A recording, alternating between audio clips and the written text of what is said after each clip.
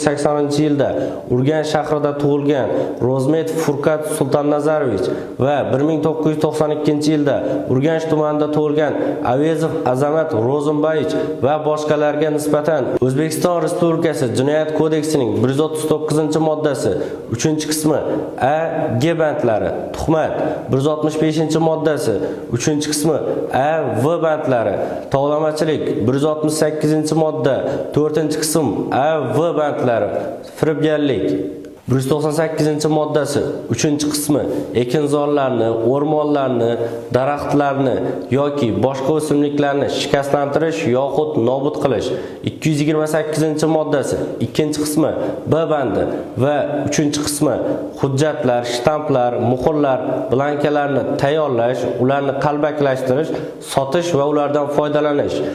229-modda o'zboshimchalik, 244-6-modda 3-qismi V bandi yolg'on axborot tarqatish moddalari bilan jinoyat ishi qo'zg'atildi. Mazkur jinoyat ishi doirasida Rozmet Furqat Sultannazarovich va Avezov Azamat Ro'zimbayevichlar ehtiyot chorasi sifatida qamoqqa olingan.